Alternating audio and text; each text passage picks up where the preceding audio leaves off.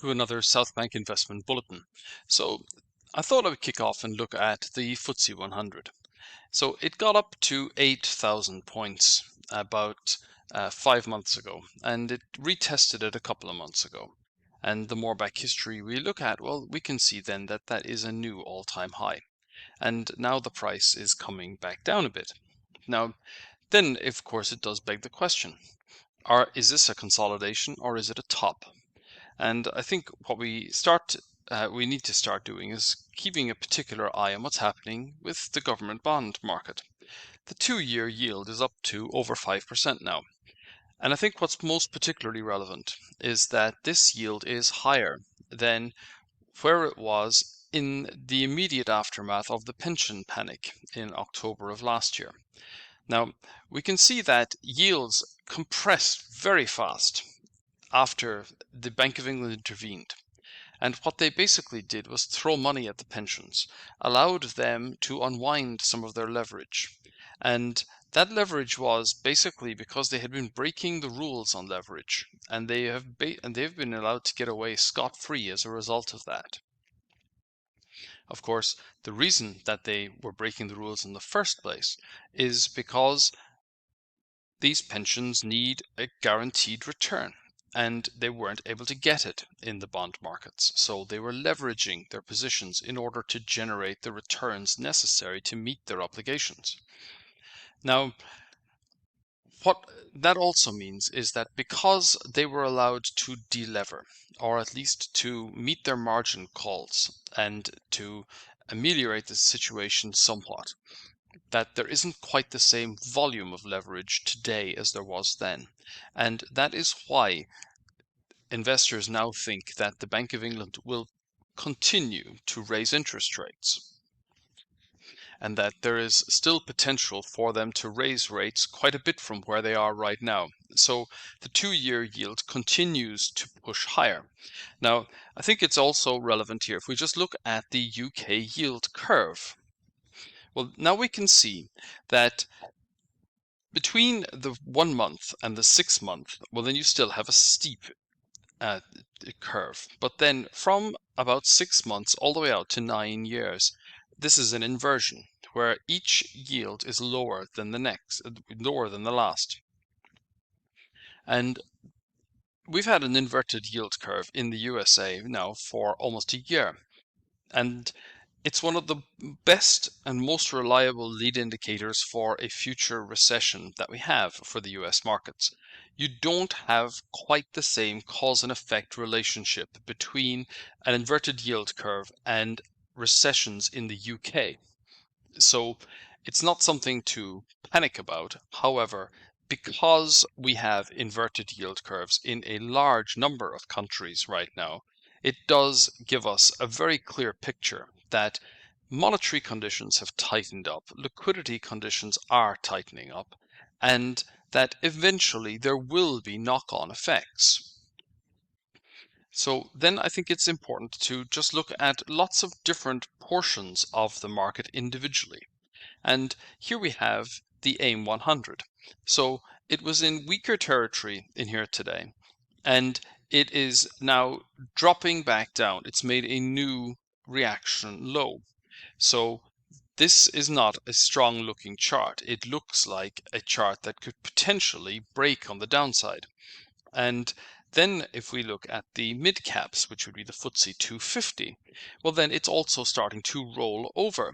So it has encountered resistance in the region of the 200-day moving average on several occasions and then failed to push back above the 1000-day, which was that pink line. And this also looks like a chart that could potentially roll over and make an additional new low. So then let's come back and then look at the FTSE 100. Why was it at a new all-time high? And why has it held up so much better than the FTSE 250 or the AIM 100? Well, I think a good part of the reason for it is because of the pound. Generally speaking, when you have a stronger currency, then it inhibits the competitiveness of smaller companies. Bigger companies, well, they are making money abroad, and if the currency is going up, then that is going to reduce the currency adjusted income that they have. So that's not great news, but they also have the financial wherewithal to hedge their exposure to a greater or lesser extent.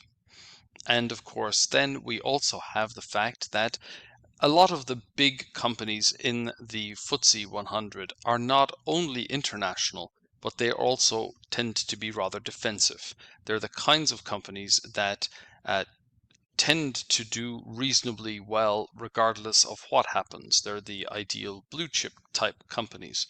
Now, the pound has rallied rather impressively over the last 9 months, and it is now testing the region of the 1,000-day moving average. I wouldn't pay too much attention to that, other than the fact that it is due a little consolidation because it is overbought in the short term. But it's right in the middle of this range. Now, if we define a trend mean as or I guess let's call it a trend mean. So that's the moving average. Well, then it really does help if there's a trend, and there's no real trend over the last 7 or 8 years. But it has popped back up into this range, and we're about the middle of the range right now. And I think that in the absence of a big move on the downside, something similar to what we had in 2020, I think the balance of probabilities is the pound will go back up and test the upper side of the range around 140. So what that really suggests is if you're going on your holidays to anywhere in the USA or Europe, then it might be worth waiting before you change your money. Now, when we think about what are the other factors, the reason that the Bank of England is raising interest rates is because of inflation. And one of the reasons why inflation moderated somewhat was because food prices had pulled back. But what we're now starting to see is that food prices have rebounded. So this is the corn price. And I think the most important thing here is that we have this very large underlying base formation. And that proceeded from about 2014 all the way through to 2020. And then we came back down and tested the upper side of that, and it has bounced and done so in a very emphatic fashion. And so have wheat and soybeans. So these are key food commodities, and they're all bouncing. We also have really strong action in things like sugar prices and Robusta coffee. And then orange juice had been one of the initial front runners, and it has experienced a little bit of volatility recently, but it is still holding on here. So when we look at a broad measure of how agricultural commodities are doing, they're appreciating. That suggests that food inflation is going to start coming back onto the radar in the not so distant future. And then, of course, we have oil prices. And oil has been in a very tight range between about $70 and $80 now for the last 7 or 8 weeks. And it is pausing here around the 1,000-day moving average. Now, I think it is most particular to point out that there is a sequence of lower rally highs. And I've seen a lot of arguments about oil. And I think what this is also emblematic of the fact that we are in a range, which tells us that supply and demand are in balance. So you get lots of very vocal arguments, but none of them convincing enough to drive a trend. On the supply side, you have OPEC Plus, and they're cutting supply. And just in the last couple of weeks, Saudi Arabia cut 1 million barrels a day out of global supply. And then you also have people talking about that production in the Permian Basin in Texas has now peaked or is approaching a peak, and then it will become much more expensive to continue to produce there. So that's obviously something that could really impact global supply, and it would have knock-on effects. The other side of the equation is demand, and global economic activity is moderating.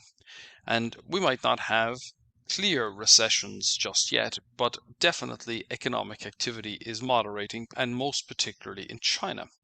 And we have lots of news coming out of China. You have the Secretary of State from the USA over there right now, and they want to set up an emergency communication line with China to ensure that well, let's just kind of war game this out. When you have maneuvers going on in the South China Sea or in the air above it, and you have either ships or planes coming within very close proximity with one another, it's inevitable that one or two of them are going to knock into each other at some stage. And having some kind of emergency line between the two nations would certainly help, and China's not interested. And we still have this sequence of lower rally highs. And I think one of the things that could save the global economy from a recession would be huge stimulus from China. I just don't think it's likely. I think that there will be stimulus, and it will be enough to reignite some interest in the metals sector. So I think one of the ways that I like to monitor the metal sector is the BlackRock World Mining Trust. And it has come back to test the sequence of higher reaction lows. So if it's going to bounce, then this is about where it really would need to. And that is hinging on just how much stimulus China is going to provide. I think it is likely they will provide additional stimulus. It's really only a question of how much. And they need to tackle a 20% youth unemployment rate. They absolutely need to tackle the potential that the housing market is crashing. But at the same time, they don't want to inflate the property bubble again. So that suggests stimulus will be provided, but it's not going to be as much as we've had in the past. And however much they provide is going to have to be enough to support the metal sector if the rest of the world isn't going to also experience a big knockback in growth. And I think with that, I'll leave you for this week and wish all the best to all of you.